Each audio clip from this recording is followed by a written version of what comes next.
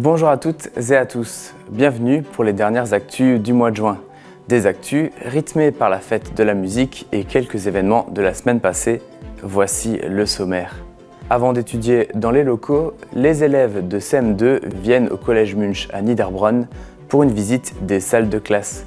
Ils rencontrent le principal et différents professeurs. Les porteurs de la Flams olympique étaient à Mittesheim à la brasserie Les Semblables. Une analogie drôle aux événements sportifs de cet été. Mais là, le seul sport, c'est de manger une part de tarte flambée. Les professionnels du poker sont aussi à Mittesheim pour leur tournoi semestriel.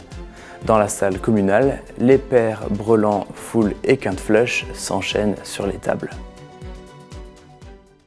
Et pour commencer, voici les résultats des élections législatives pour notre 8e circonscription. Théo Bernhardt du Rassemblement national arrive en tête avec 44% des voix, suivi de Stéphanie Cochert du parti Horizon qui se qualifie pour le second tour avec 24% des voix. Les autres, n'ayant pas atteint le seuil de 12,5%, ne seront pas au second tour. Les candidats Myriam Zekak du Nouveau Front Populaire et Victor Vogt de LR et Unserland ont fait connaître leur position pour le second tour. Ils appellent leurs électeurs à faire barrage au candidat d'extrême droite du Rassemblement national, Théo Bernhardt, et donc à se reporter sur la candidate Stéphanie Cochert d'Horizon. Deux choix de société très distincts sont proposés dans cette élection. Notre nouvel élu au poste de député sera connu le dimanche 7 juillet. Les CM2 visitent le Collège Munch de Niederbronn-les-Bains. Ce temps de découverte permet de faciliter l'arrivée des futurs 6e. Connaître les lieux réduira le stress de la rentrée dans un nouvel établissement. Ils arrivent des villages d'Oberbronn, Hofwiller, Rothbach, Gumbrechtshofen, Zinswiller et Niederbronn-les-Bains. Les CM2 visitent le Collège Munch pour se familiariser avec les lieux qu'ils vont bientôt fréquenter. Cette journée de liaison se fait en présence de leurs maîtresses et maîtres, mais comme à la rentrée prochaine, après l'accueil, ils sont séparés en plusieurs groupes. Ouais, vous voyez ce que ça veut dire ?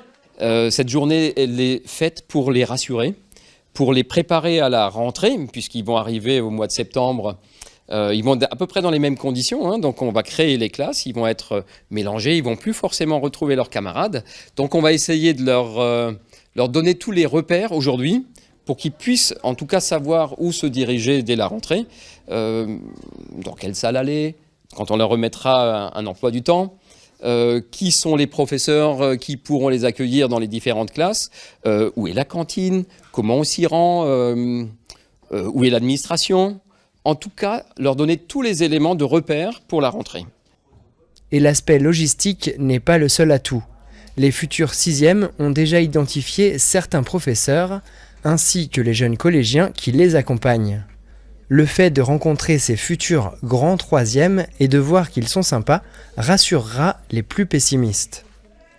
Mon rôle, c'est de présenter le collège aux futurs 6e et de leur dire ce qui va se passer l'an prochain. On a commencé avec la visite du CDI et du coup maintenant le principal il leur présente son rôle, comment ça va se passer. Après on va leur faire visiter la salle de sciences.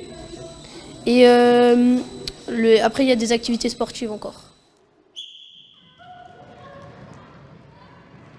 Changer de classe et de matière régulièrement, voilà qui a de quoi bousculer les habitudes, mais l'on s'y fait rapidement. Vous ferez du français, des mathématiques, de l'histoire-géographie. Vous aurez des matières nouvelles. Vous allez en découvrir un petit peu tout à l'heure. Vous ferez de l'anglais et vous rencontrerez un des professeurs d'anglais. Vous ferez des sciences, mais vous en faisiez déjà, des sciences. Là, vous le ferez dans des salles spécialisées. Vous ferez de l'art plastique dans une salle spécialisée, de la musique dans une salle spécialisée. Sur les côtés, vous avez des éviers avec des robinets. Sous les tables, sur les côtés, vous avez des prises électriques.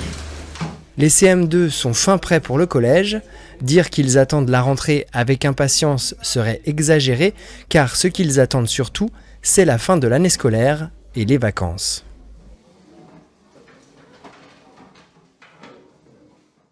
Parfois manger, c'est aussi un sport, comme par exemple au concours des plus gros mangeurs. Mais ici, c'est une toute autre épreuve. Les participants sont à Mittesheim pour une étape du parcours entre Strasbourg et Metz de la Flams olympique. La flamme olympique devient la Flams olympique. Le relais symbolique des JO est parodié en Alsace et Moselle par la transmission d'une tarte flambée. 250 mètres. Allez, on passe le relais. Ils arrivent. L'entreprise Le Pigeon qui fume est partie d'un jeu de mots pour créer une réelle épreuve sportive. Ce samedi 22 juin, la brasserie Les Semblables de Mittesheim accueille la deuxième étape de la course. Bravo Fred et Denis.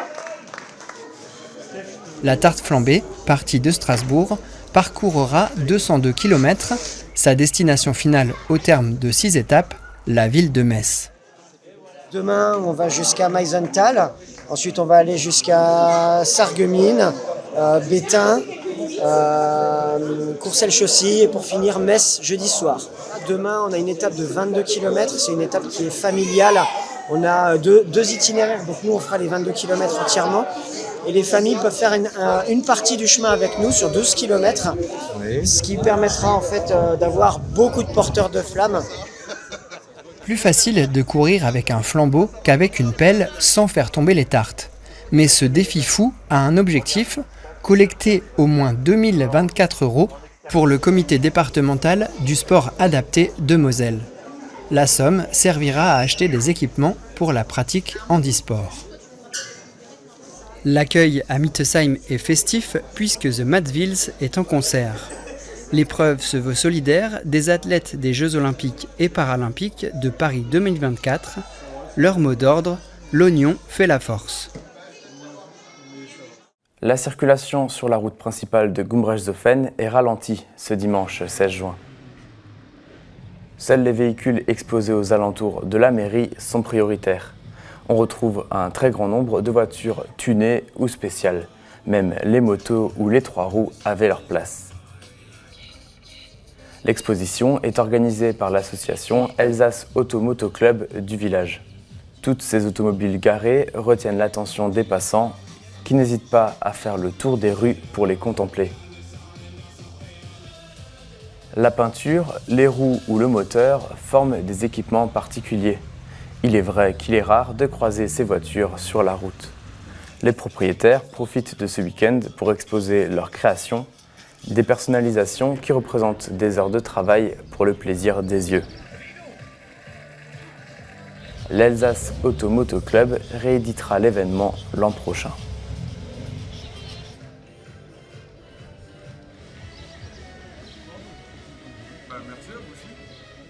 Le Poker Club des Vosges du Nord existe depuis octobre 2011 à Mittesheim. Direction le foyer communal pour un tournoi avec une centaine de joueurs.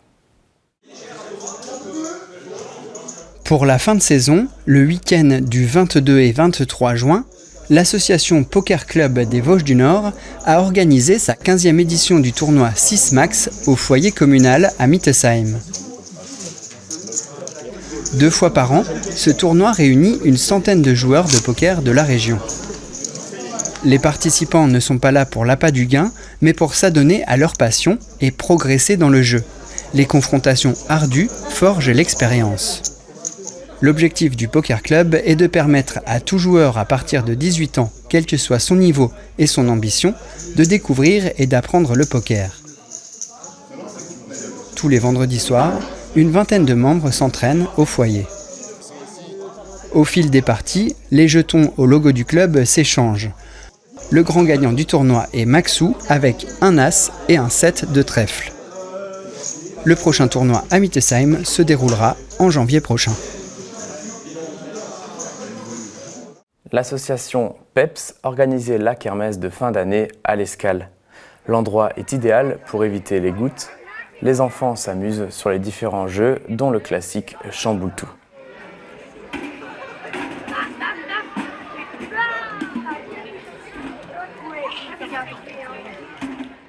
Ensuite, ils découvrent plusieurs instruments.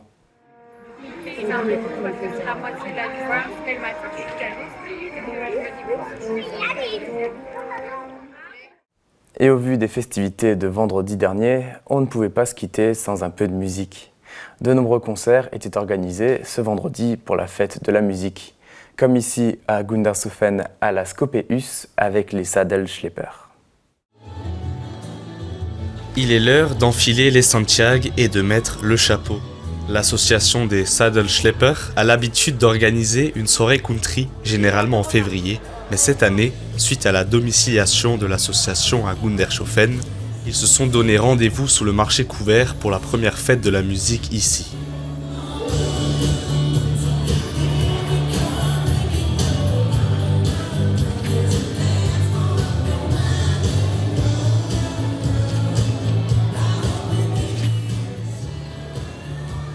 Les amateurs de danse en ligne ont enchaîné les chorégraphies. Les danseurs de country sont environ 50. Les membres des clubs voisins sont venus pour l'occasion. La country mêle des musiques de toute origine, allemandes, irlandaises ou anglaises. Il y a même des valses à la sauce country.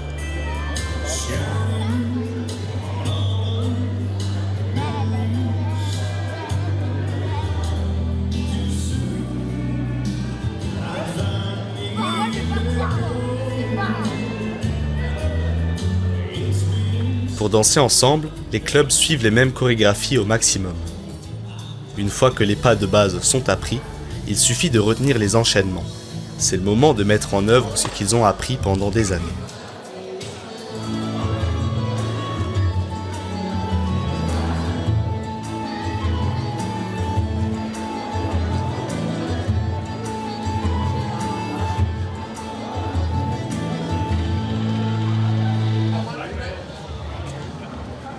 Les cours de l'association des Sadelschlepper reprendront en septembre à la salle d'Ina Faust. Les premiers cours seront gratuits. Et c'est tout pour les actus. Tout de suite, on continue avec de la musique dans la chronique. Les musiciens de l'harmonie d'Hofwiller interprètent La Bohème. Un grand merci à Noah et Romain qui étaient en immersion chez nous et qui viennent de terminer leur stage. Une partie des images, interviews et voix off ont été réalisées par eux. À vendredi prochain pour de nouvelles actus et d'ici là, portez-vous bien.